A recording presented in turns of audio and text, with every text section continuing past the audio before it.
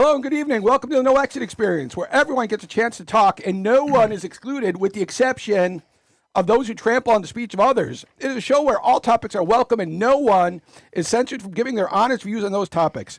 If you can handle that, then hop on the bus. You're in for a wild ride. My name is Jason and I'm the bus driver. My passengers today are Robbie, Richard, and in the tiller is Mr. Tom Windsor Mountbatten. And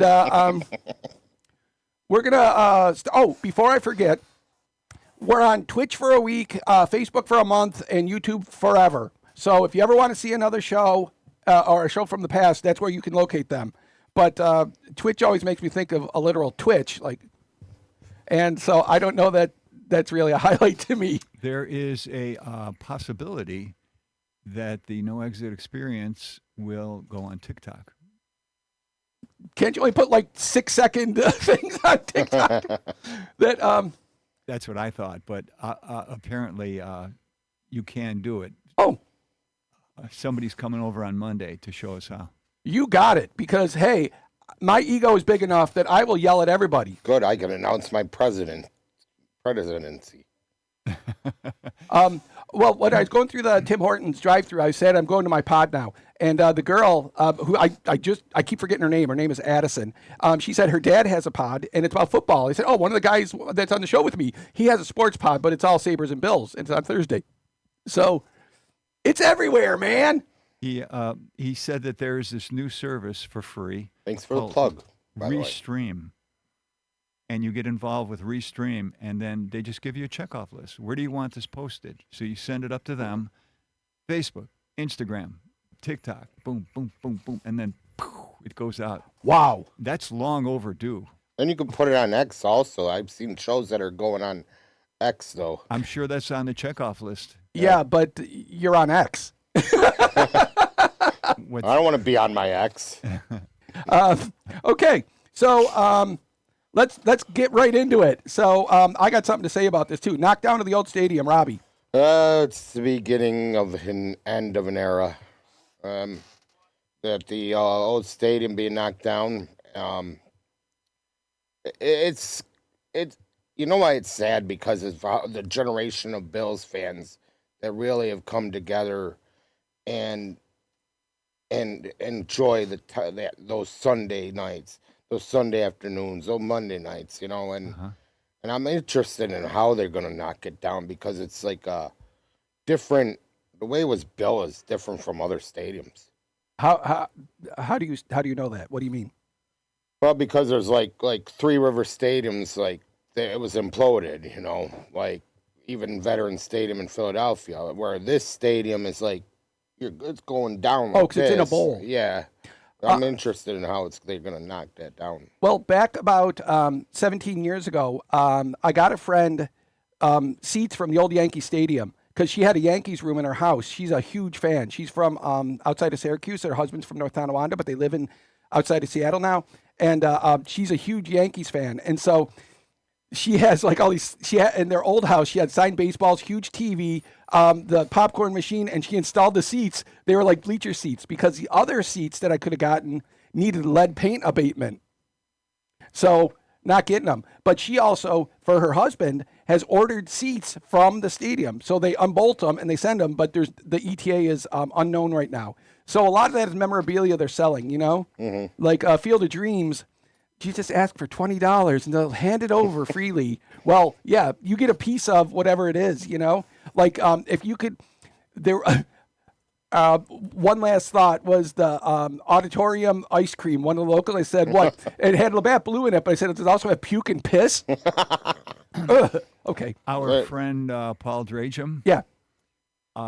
He strolled down to the demolition, got out his drone, and took the following photo. I guess he wants to. Tom, the stream deck doesn't work. Can you put up VIN 9? Yeah, see, he took it with his drone. Wow. How much of that is downs? Can you tell? Rob? It's just right now the corner, on the left. If you're looking from Abbott, the left-hand side of the scoreboard. Mm-hmm. And then that's where a lot of the where the I guess the what do you call it, the suites Oh. start, like some of the suites started, and they knocked that down because I think what they want to do is take those tractors and bring them down because they're not going to be able to fit in that tunnel because it's bigger than like dump trucks and ambulances. I So see. so they need somewhere to go to. But ambulances can fit in there. What do you mean? Because No, these the tractors are bigger. Yeah. Oh, okay, like the Terex Titan. so they wouldn't be able to fit in the tunnel, so they needed somewhere to. Well, what I don't understand is how can stadiums be so expensive when they're mostly empty space? I bet you it's because of the having to pay the workers or something. Labor is never a cost in commercial buildings. That is never. That's the cheapest thing that there is. Or it's tax for New York. It's probably taxing of the New York State, because For the- Hoco is the one that got that new stadium to start, along with the NFL and that. So I bet you it's all taxes though too. Do you think taxpayers should pay for stadiums? That's a good question. That's a NIMBY. I think taxpayers in other areas should, but not mine. So that's a hypocritical thing, that I haven't really put a lot of thought into it because What do you think, Rob? Honestly, I would think if the owner's rich enough to do it, then yeah. But again, if you're going somewhere and going to a game, I guess you have to bite the bullet and pay. well, The debate is suppose the politician said, "Look, I got a suggestion, owner, you pay for it and you keep all the profits," and the owner says back, "Not necessarily. Look at how much money you're making around the stadium with the bars that are full and everything. Therefore, you should be paying for part of it." and that's my take. A billionaire saying, I can't afford it. That gets the super finger from me. That gets the super finger. That gets a triple finger from me. When this just won't get it done, rich people crying poor. Real poverty is when you have $100 in bills and you got $80 in cash. That's poverty. It's not, I don't have $550 million for a stadium, or I have it. I'm too cheap to spend it. Yeah. There's a difference here. These are not the same. Okay. Yeah, I mean, Yeah, because when they put up a factory, they don't say to the politician, well, I'm sure they do, you're getting a benefit out of this, so you should help pay for it. Well, yeah, I mean, did Tesla do that? that's a good question. When they built their factory? Yeah. I believe they had a little like, hey, we're gonna give you some little bit of a gift. I think they didn't have to pay to build. I wish we had these facts. Wouldn't that be Yeah, but powerful? But that's the thing, that any type of bribe, because I said the accounting at my old fire department, which I'm not going to tell you where it was, 30 years ago, you could steal $1,000 a month. 10 grand would be obvious.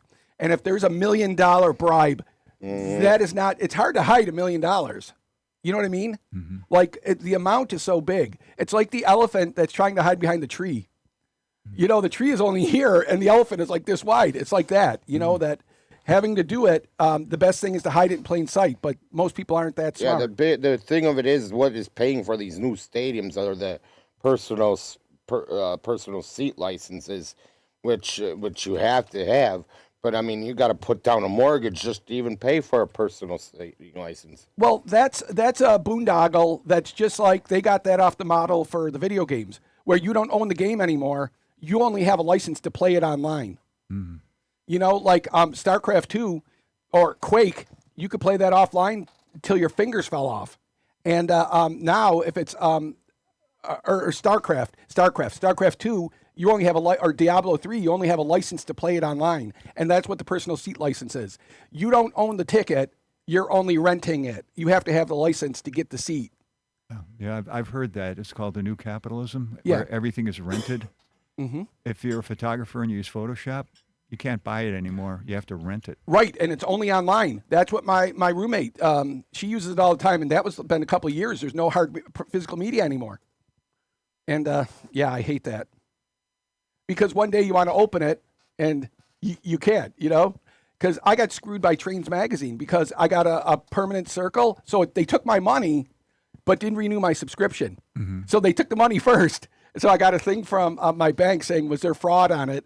And but I have to call Trains, because they still send me all the stuff saying, last chance. Well, MFers, you took my money already. You got my bucks. You got my $112 or whatever. Yeah. That, because I like it, fire and forget. Just give me 3 years subscription and I don't want to hear from you again.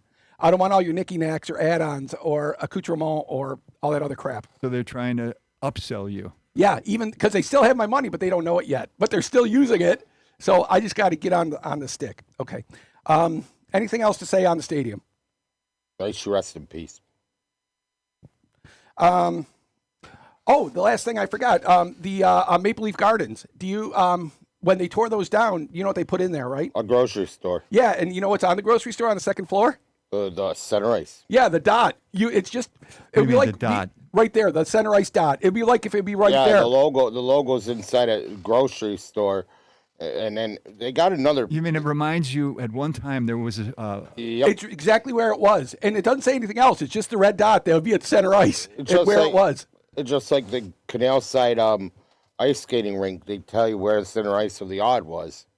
Oh, Yeah, they did and- the same thing. Either you know it or you don't. If you don't know, you just say, "Why is there a red dot here?" Oh, do you mean is that true of Canal Side too? Yeah, when they have the ice skating rink. It's just a red dot. It doesn't say here's where the No, odd I was. think they have something. Oh yeah, because in There. the supermarket. Because that's at first I didn't know 30 years ago. Even the You Montreal. saw the red dot? Yeah. Yeah, and I think the Montreal Forum, the old Montreal Forum, has one like that too.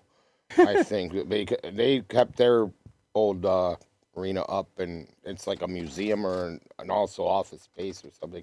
What does that red dot signify in a hockey game? That's where the game starts, and after a goal, that's where they drop the puck. It's center ice. Yeah. Oh, Plus, it's also there's like 9 other or 8 others that are face off right. dots, 1, 2. circles. 3, 4, 5, 6, 7, 8, 9 total. Yeah. Hmm. Yeah, there's 2 in each zone, and then there's 2 mid ice on each side, and then 1 in the middle. Okay, so that we're done with that. Okay, white paper protest. You got to give the Russians credit for being creative. Said no one No. ever. I mean, look at the great authors, the great poets, the great musicians. It extends to the population in general. So in Russia, if you, in theory, you're allowed to protest the government, but if you show up and you say things like, Putin is a billionaire, he's stealing our money, hold up a thing, you will get arrested. So there's a creative thing that the Russians have come up with. They stage a protest, and everyone who comes to the protest, they hold up a white paper sign with nothing on it. Blank sign, yeah. And the police don't know what to do. Because, suppose they take you suppose they take you to court. What are you going to say to the judge? It was a piece of white paper, Judge. Right. But the people who are walking by, they know what the white paper means. Mm-hmm. Like, so you got something to say negative about the government, and we support you. And that's well, I'm protesting Putin right now. Very good. well, like who wrote the sci-fi story? I have no mouth and I must scream. It's like that, that if you take the mouth away from the people, they have to improvise. Yeah. Yeah. It's Yeah, a but good what a- analogy. What if they're saying nice things to Putin? I mean, come on, you're gonna arrest them for that? When was the last time you saw, besides just the end of the news, a good story? People are in Dirty Laundry by Don Henley. People love it when you lose. That give me dirty laundry. That they talk in research about the Journal of Negative Results. If you don't find any difference, nobody's going to publish that because it's already known. You're proving what we already know. So nobody's going to say anything good. Yeah. And That's also, that's why Alexander was great and Ivan was terrible. no, like Vlad the Impaler. You're William the Conqueror was William II, and I didn't even know all those details. I looked into them. Like Harold Hardrada had invaded, who was only after the fact called Godwin's son, but he only lasted like 2 days because then William the Conqueror came in, the Normans came in, and Harold Hardrada was the last. That was the end of the Vikings. Even though the Vikings still did ratings, but he was the last big thing. You know, like little skirmishes break out, but that was the Norman invasion, and hasta lasagna. You don't get any on you. Okay, that's ancient history for you. Although Egbert in 802 was the first united English king. Egbert. Okay. Now this is something that bugs me because if you're Italian, you know that one cannoli is a cannoli versus cannolis. Cannoli is already plural. One cannoli is a cannolo. Like one spaghetto is one noodle of spaghetti. So spaghetti is plural. But one spaghetto isn't enough to eat. One cannolo is. But what got me, a close listening to The Godfather in 1972, there's an iconic scene where Michael does his first shooting, and the guy says, I thought he said, leave the gun, take the cannoli. But you know what these Italian people said? Take the cannolis. And my heart was broken because that's a double, that's a repetitive positive. Cannoli is already plural, and saying cannolis is more plural. That's what bugged me. I thought, do it right. Because, you know, if you go to Italy and you ask for a cannolo, you're getting one. If you ask for cannoli, you're getting more than one. So it's just something that irked me. I thought, you know, like the Tyrrell Corporation, more human than human. I thought more Italian than Italian was Mario Puzo and Francis Ford Coppola and Al Pacino. I thought these Italians would get it right. So I was kind of distressed. At least they're making it easy with pierogi and pierogies. Yeah, Ah. pierogi is plural. Yeah. What is the? I don't know. Too bad one of our people wouldn't leave us a comment on that. Well, I don't know. What's the singular version of pierogi? Yeah, because let's see. Because I don't know how to say more than one beer. I just know pivo is beer. Dammi zimno pivo. Get me a cold beer. And like pivovar, the name is brewer, both in Czech and in Polish. I think in French they spell it almost like Daniel Briere. What beer? Beer. If you Bière. Well, the accent like you. Well, yeah, bière. But that's another beef that I have about the French that's spoken in Quebec should be called Quebecois. Did I say this last week? Yeah. Yeah, it's not French. We're going to learn more tomorrow anyway when they do the Canadian national anthem. Okay. Well, they only do the one verse in it, and I still don't know it. Okay, so that's all for that. So anybody else have anything on cannoli? No, I don't. Okay, Kandinsky. Okay, so remember we started talking about this last week that Kandinsky argued art should not be a something that imitates the world or abstracts from the world.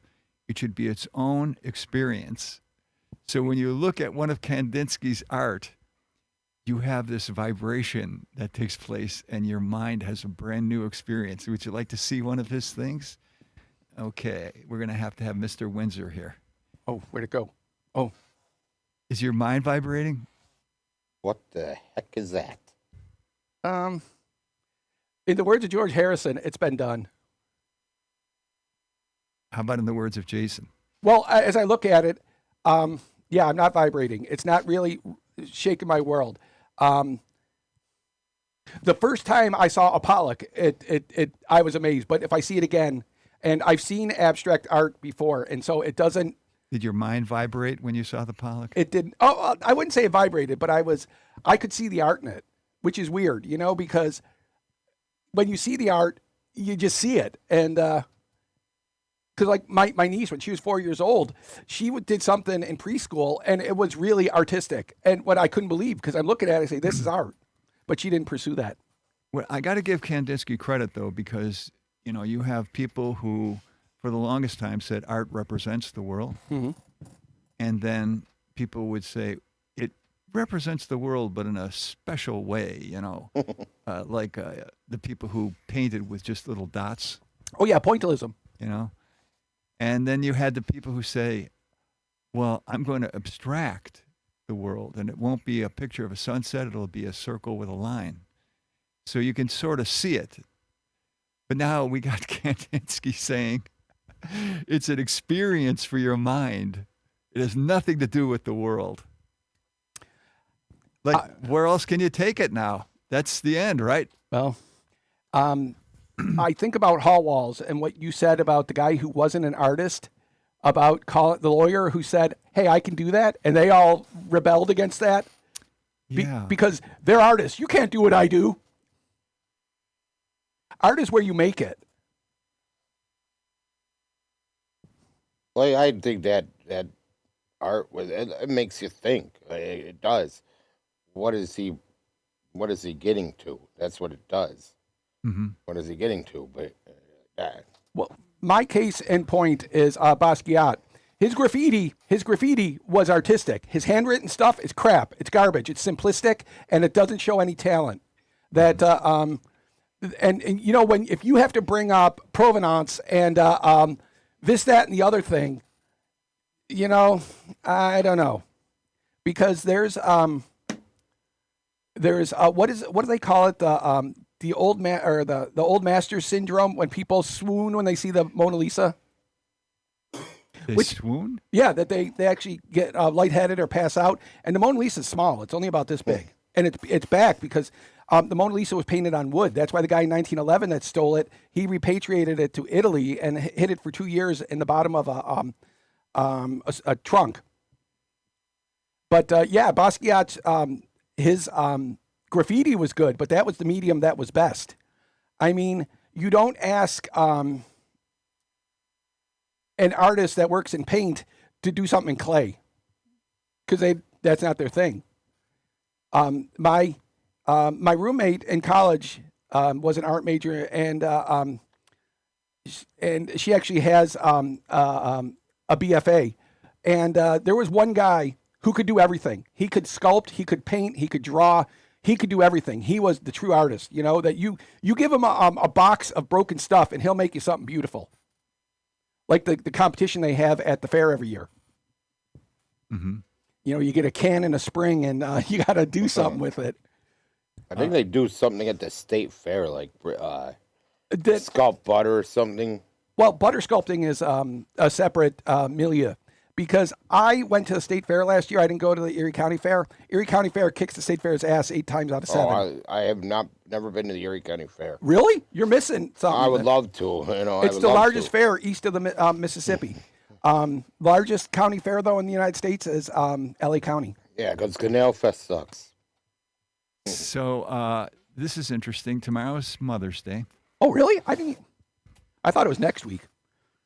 It is tomorrow, isn't it? Yes, it is. Okay. 2 weeks is Memorial Day. Already? Damn, this year is flying by. So you're not going to be doing anything for your mother? My mother's been dead 8 years. Well, a lot of people go to cemeteries. I don't think I can find the grave. Mm. It's at the one in Lackawanna that's on South Park. And that's a big friggin' cemetery. So people naturally, this usually happens around Mother's Day, is images are needed. Okay? This is very interesting here. So do you know what artist is considered the most? Yeah, Mary Cassatt. Oh. She drew a lot of images of mothers and children, or women and men, and they're saying she put clues in everything she painted that showed how political she was. Now, if you look at this image, you see anything political in there? Sort of. The sunflower. Yeah, why is that political? I only know modern, that's the symbol of the Ukraine. It's a symbol of the suffragettes. Oh, okay. Which is when she was painting that. Oh. And so she would do everything like that. So she had a painting of a woman at the opera, and she has her, they have the little binoculars on it. And you think, well, it's just a woman at the opera. But if you look in the background, there's a man in the booth next to her, and he is checking her out with his glasses. Yeah, and So isn't that interesting how little clues could be put into a painting like that? absolutely. Or like, and who was it? The old master that it was a picture of himself on the teapot, painted in there, the reflection of him painting. Yeah. So it's like this big, but it's him in a. So yeah, that all those things you wonder, because how the hell do you do that in paint? It's difficult enough to do it in photographs when you're not even like generating the picture. Yeah. And like Rene Magritte with, you mentioned pointillism, with like the first dot matrix. I'm amazed. I got the hair on the back of my neck is standing up. I'm amazed. Also, there's a musical that's on Broadway right now called Softs. Great performances. Had it on last night. It'll be on again Saturday night of that musical. Instead of paying $300 or $600 for a ticket, you can see it for free. I don't know if it's any good, but there is a traveling show of it. It's at Shays right now, I think. Like, would they have a couple cameras and they're streaming it? Is that what you're saying? No, it's recorded, but they have it like as if you're sitting in the audience.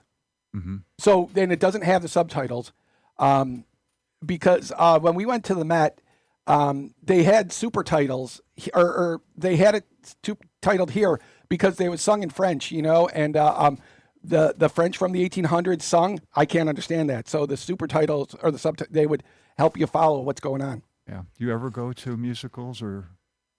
I've been in one back and forth in 5th grade, so Oh, you were in a musical? I mean Alice in Wonderland and Oh, there's music that can go. I wouldn't. I mean, I'm not surprised. They can put music to practically anything. well, no, they're the Disney version of Alice in Wonderland. Oh. Very Merry on Birthday. Last night I watched Grand Hotel from 1932. I'd never seen it. Mm-hmm.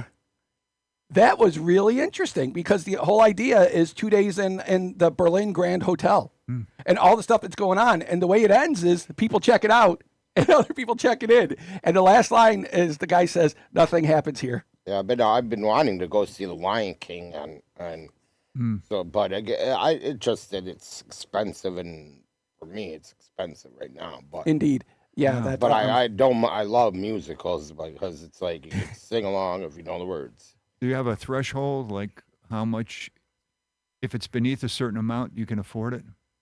Yeah, What is that? probably under 30, probably easily. Mm-hmm. What is the average musical ticket? it depends on where you want to sit and how popular it is. 15 years ago, I paid $600 for a ticket to Wicked. Wow. But it was worth it. And it's funny. I remember when I went to see Wicked, there was a Hollywood actor that was sitting next to me, but I forgot his name because he looks like another guy. They look very similar, and but he knew that I knew who he was, but I can't recall his name. And then when we were at the opera, I had my Rolex on, and the guy had a Breitling sitting next to me. So these are rich people, and no Rolex this day. Oh, do I have I have something on my elbow. Okay, so, but 42nd Street is called the musical for people who love musicals. What? Yeah. Fixed. Yeah, I bumped it. And that's one you could sing along to. Even 42nd Street. Is that allowed to sing along? They emphasize it in Mamma Mia, but plus minus at other musicals. So we don't know if you could sing along at The Lion King. I'm sure you could. Mm-hmm. Hakuna Matata.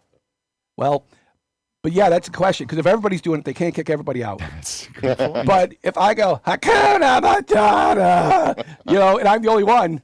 Remember at the Sabres game where the whole crowd started singing the Canadian national anthem when the light cut out? Yeah, that girl's so slow. We actually mute it because it's dissonorous. We need to get like a petition and bring back Doug Allen. He sang it? Well, he was the original. He was before her. He was the. Oh, she's the regular? Yeah, she's now for the past year or so, because Doug Allen used to be only on Thursdays, the Throwback Thursdays, when they'd wear the black and red and white jerseys. He would sing on those days. But Doug Allen is a music teacher, and he has another job. Cammie Clooney, I don't know what her bona fides are. She was on The Voice at one point. Oh. But hey, Mick, welcome. because she sings too slow. It's not a dirge. She sings it like a dirge, the Canadian national anthem and the Star Spangled Banner. Or Doug Allen, he'll get the music set too, and then like he'll point at the crowd, like Land of the Free. Land of the Free and the home Where they of the. they show the singer. Yeah. Yeah. He would point right at the camera. Home of the Well, now brave. he would point at because they got the military personnel behind him and The color guard. there. Yeah. So I miss Doug Allen. Well, but the best though, what we feel is the best anthem singer, the Capitals guy. He's an operatic trained guy, and that's the best anthem anywhere. Because if you're going to sing in front of millions of people, like the people like forget the words, come on, man, practice a couple times. But the greatest anthem of all time will be Whitney Houston before Super Bowl 25. She just nailed it.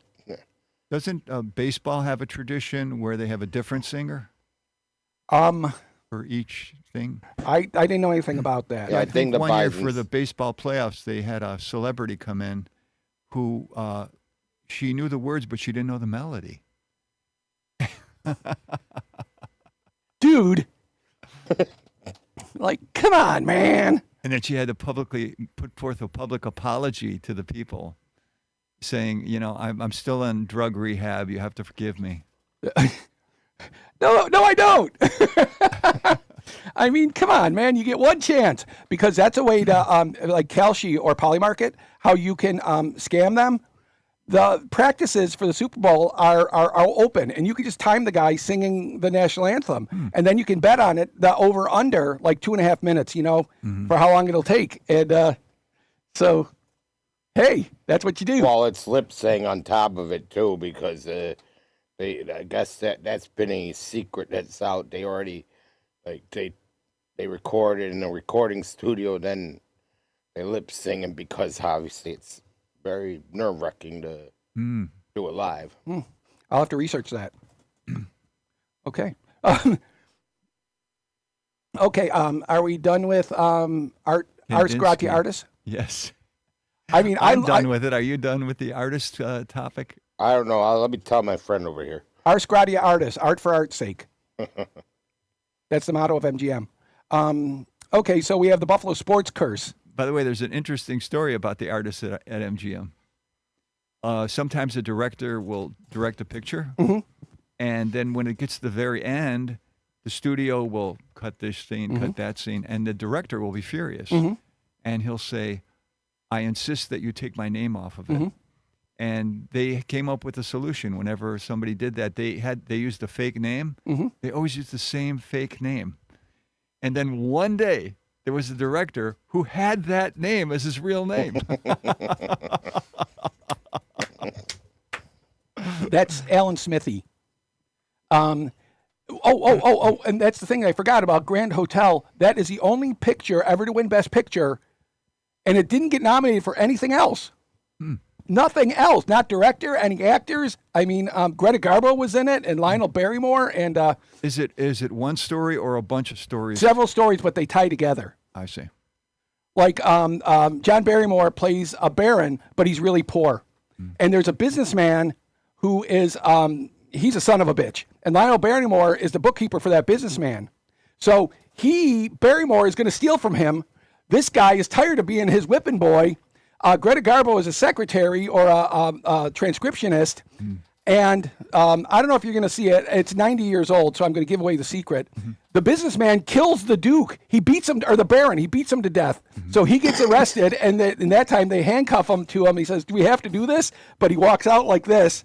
And playing Baccarat, Lionel Barrymore wins. He's making 240 marks a month. He wins 3,400 marks, and he has 10,000 marks. In other words, he has the equivalent today of like $350,000, but he's dying of cancer. So Greta Garbo Greta Garbo plays the ballet dancer who can't dance anymore. She has the yips. But it was not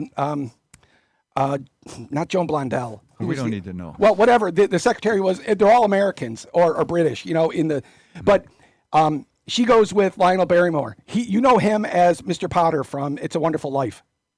Ah, yes. But that's before he was in the wheelchair because he had bad arthritis is why he was in the wheelchair.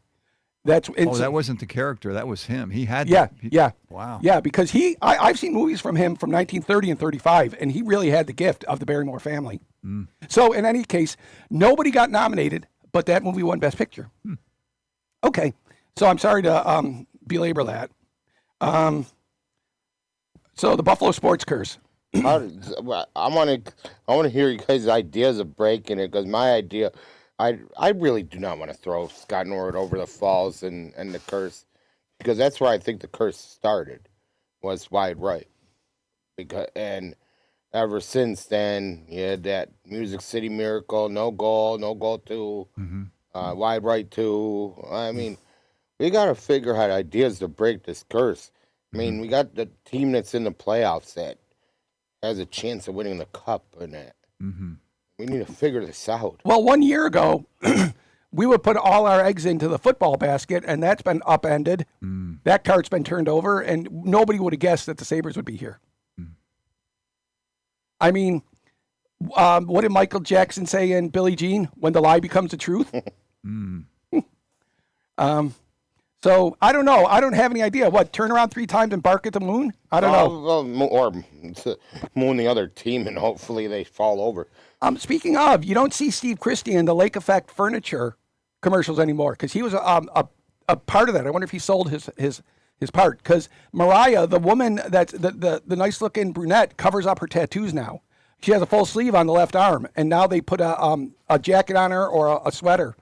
So she's on the commercial? Yeah, she's always been on the commercials.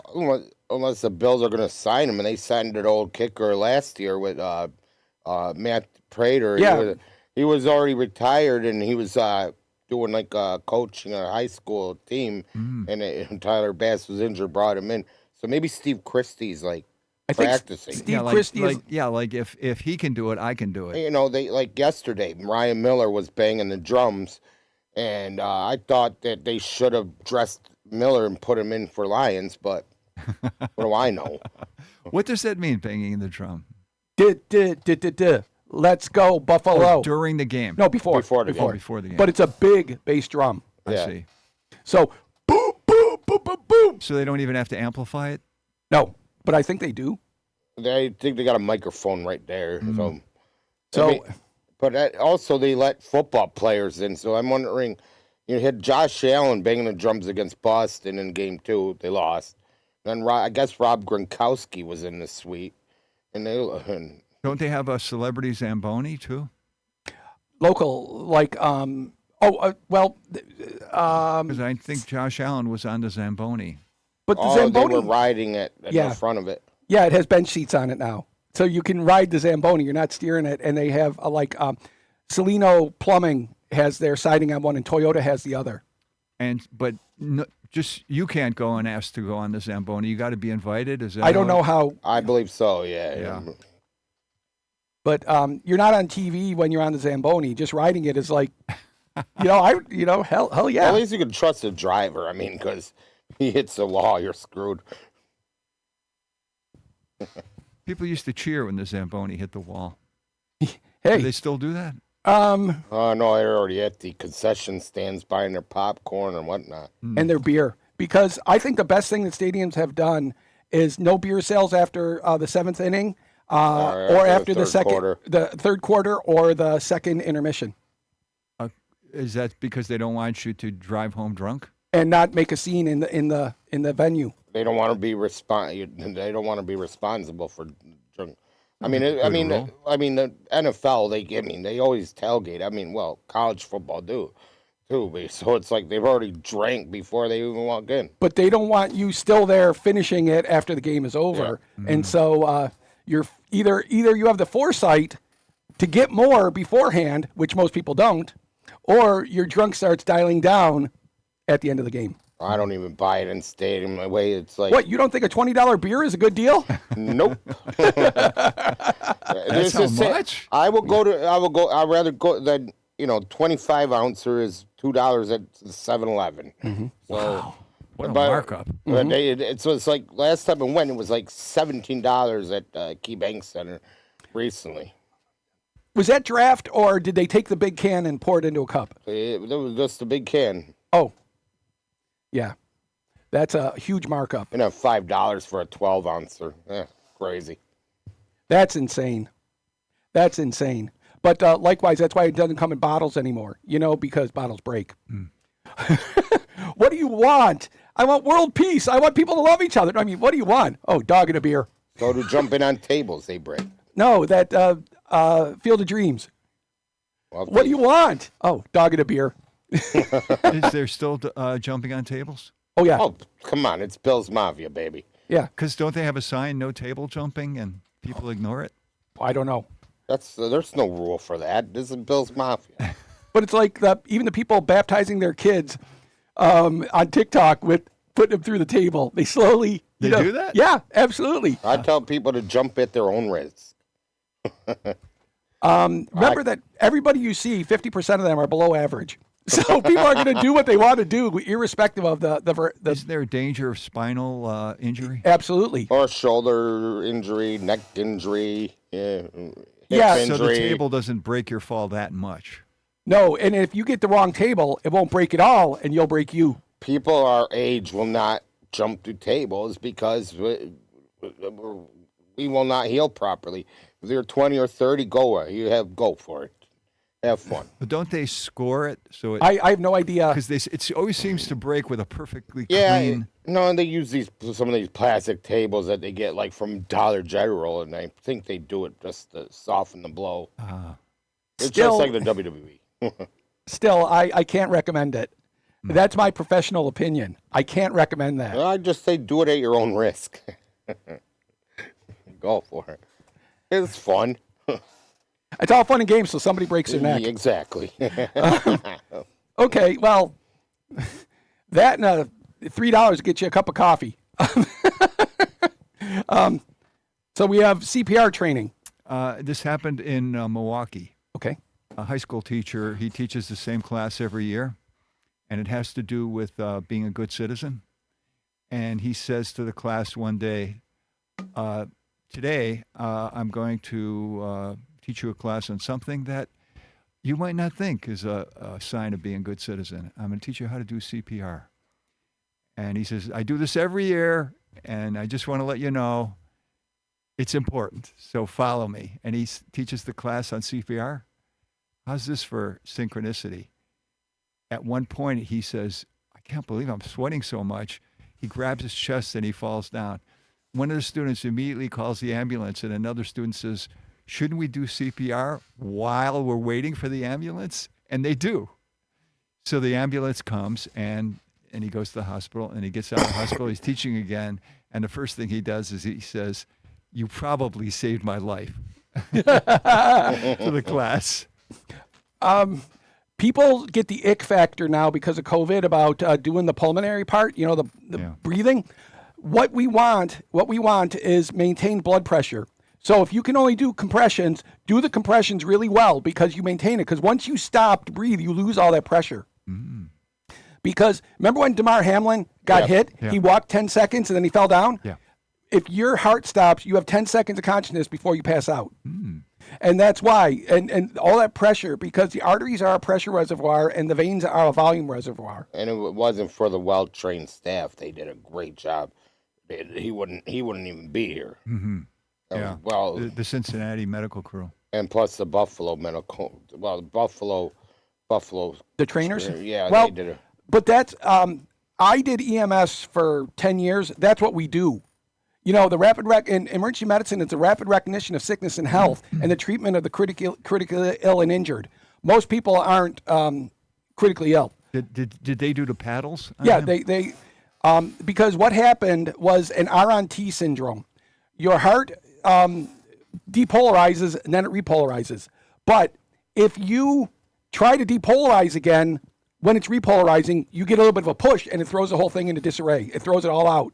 The RNT phenomenon is what happened. Like the kid who get hit in the chest with a baseball or a puck right here, same thing. Yeah, like when Allen made the tackle, it was like a good collision right into his chest, And then when he stood up, went right back down. And that's an interesting thing you can Google is the letter R on letter T, R on T EKG, and to watch what happens. It's really remarkable, and not in a good way. It's like the car accident, not like the shiny new car, but the car accident. It's really, and that's why they recommend one precordial thump. Boom, to simulate that. If they're in VFib, that will stop it for a moment and then maybe start again. The likelihood of the precordial thump working is very low, but hey, throw the kitchen sink at it. Yeah. That's the thing, that any EMS crew from Honolulu to Miami, from Bangor, Maine to Los Angeles, California, can do the same thing. To Grand Forks, North Dakota, to North Platte, Nebraska, they all do the same thing. Yeah. And good BLS beats bad ALS 8 days a week. Good CPR beats bad advanced cardiac life support 8 days a week. That's my soapbox. Okay, anybody else have anything else to say about CPR? No. Nope. Can you spell it? CPR. Okay, Zadorov now, because we can add Charlie McAvoy to that list. And we remember talking about Gudis too, and now These are all Bruins. No, hockey players. Well, Zadorov and McElroy are, and Zadorov decides to go at near the end of the one. I think it was game 3, and cross checks from behind. Darlene in the head. I heard. Yeah. After the game was over. Yeah. Game was over. Yes. Just about. Yeah. No, it was over. It was, yeah. It was over. Well, the NHL punishment, George Peros decides, we'll give you a slap on the wrist, Zadorov, even though he's No suspension. no suspension, just a $5,000 fine.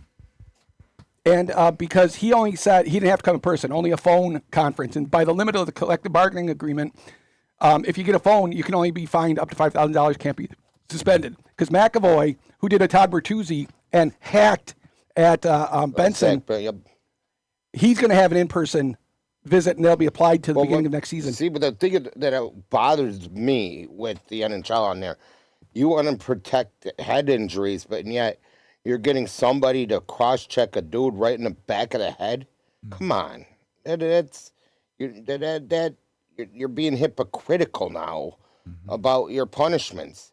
I mean, you are. I mean, if you can't cross-check somebody in the back, and if they hit their head in the board, suspend them, but then somebody's to take their stick and use it as a weapon, and that's hypocritical. But that's been happening for 50 years, because it was at a Boston game when Boston police in the 70s came on the ice and arrested a player.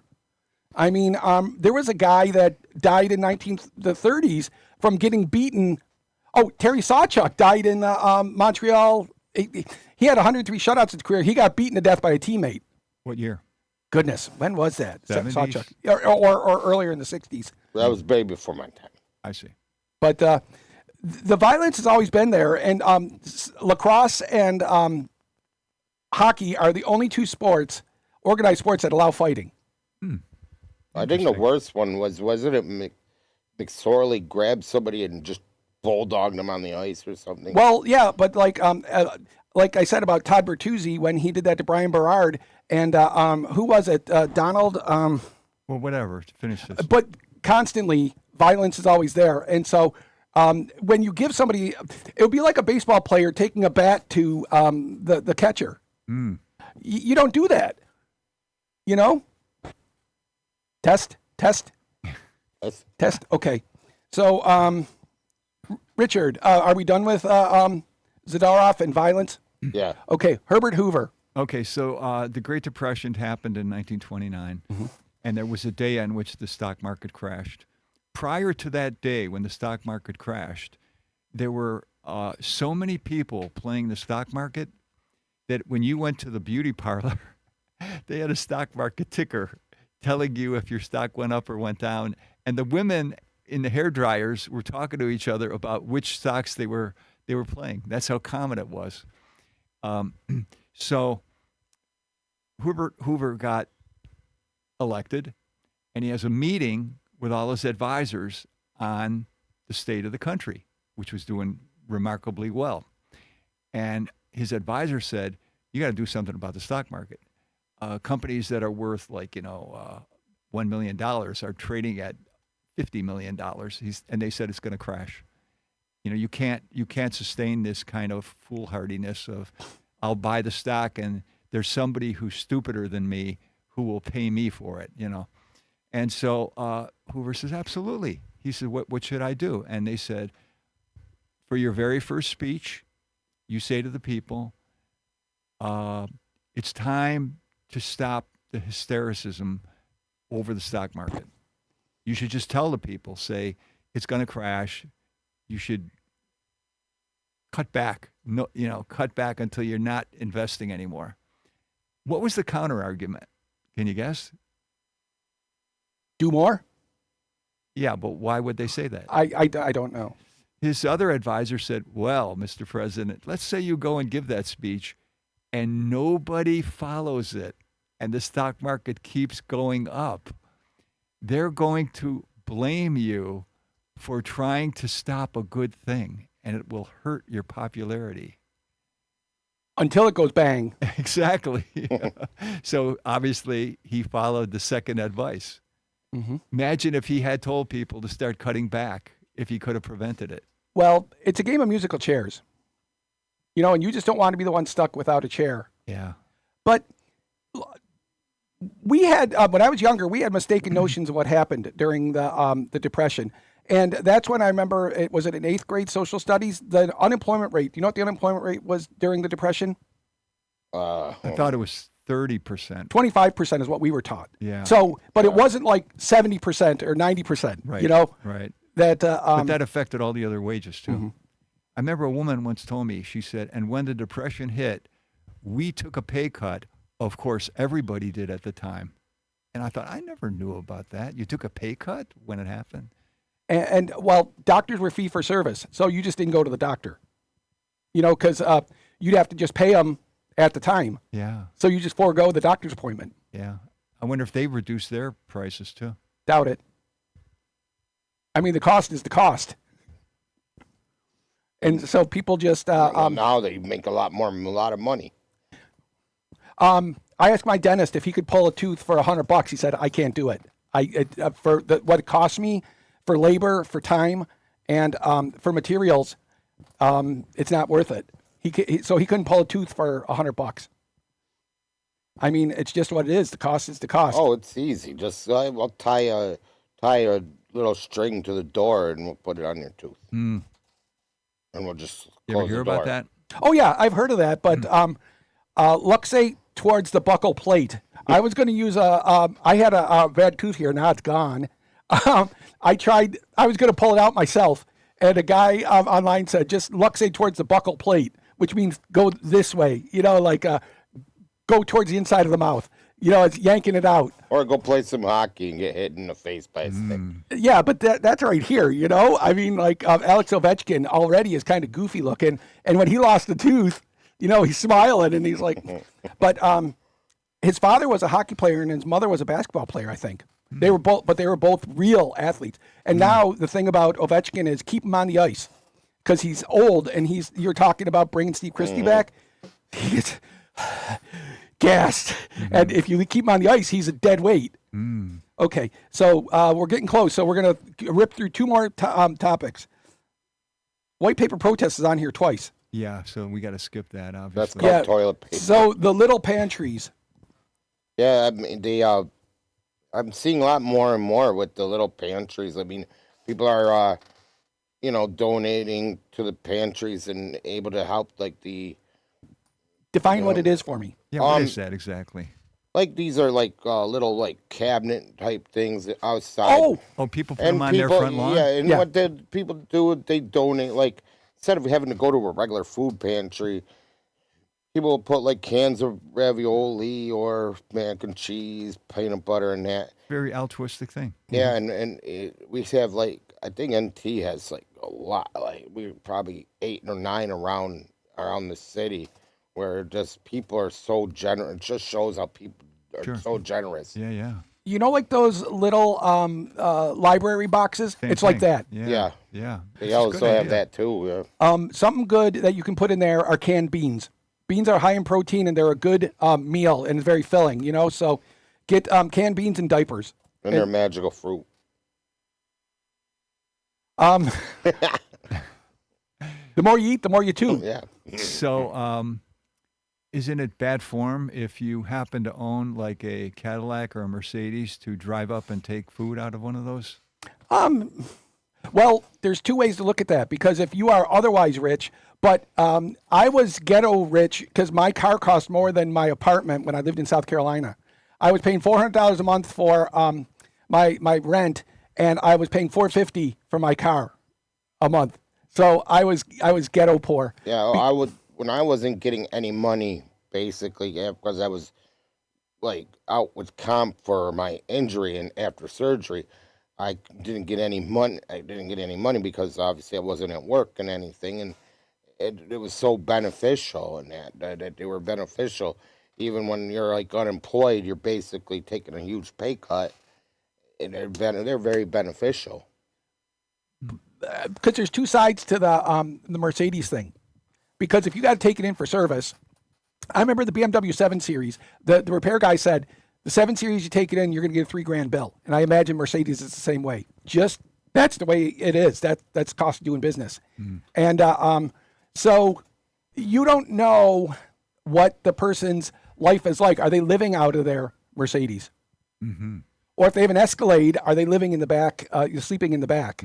So you know that you can't MF a guy if you don't know his story. Good point.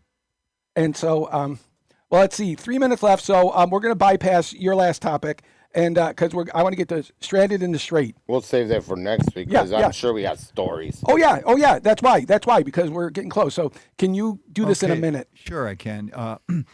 So right now, you know how many? There's a huge traffic jam in the Strait of Hormuz. People who can't get through. And how many ships do you think are in this gigantic traffic jam? I think about 1,000. 1,500. Wow. So that means there's 20,000 workers on that traffic jam, and they've been there over 2 months. Now, when you rent a car, they often give you the plates. So technically, those plates don't belong to you, right? They do the same thing with ships. There's people who rent tanker ships, and they give them a flag that is like a generic flag. But that means you can't get off that ship because people are saying, well, we don't know where you're from, you know, you don't. And so what happens is those people in the strait, first of all, they can't turn around because, you know, and they're running out of food and they're running out of water on those ships. And they're being fired on. All right? They're being fired on. So they're not trained for that. Imagine how stressful it is for those people.